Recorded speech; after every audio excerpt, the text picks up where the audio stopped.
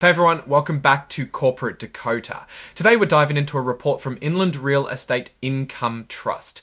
What treasures or potential pitfalls await in this financial filing? Maybe it's a distribution announcement that makes stockholders happy, or maybe it's a distribution announcement that makes stockholders happy, or maybe it's a warning sign on the financial horizon. Let's find out if you appreciate getting straight insights from corporate documents. Make sure you're subscribed. We also have a Discord community linked in the description below. Come join us. So this is a Form 8K report, which companies file to announce major events. The date of the report is July 11, 2025. This tells us it covers something that happened or was decided around that time. We know that the company involved is Inland Real Estate Income Trust, incorporated in Maryland. If you want to know the company's address, it comes from Oak Brook, Illinois, but the company address is not important.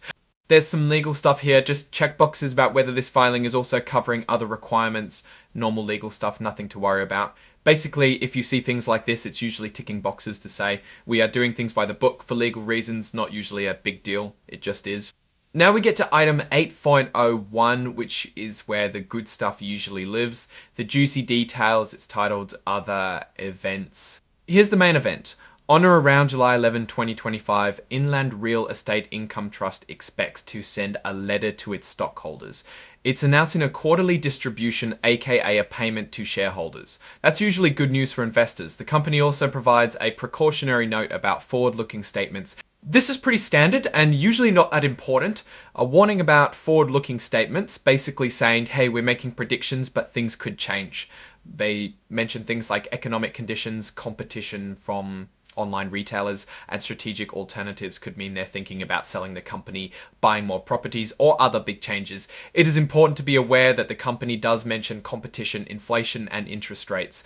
They even point you to their most recent annual report, the Form 10K from December 31, 2024, for a full list of risk factors. Basically saying, read this if you would like to know what can make us fail.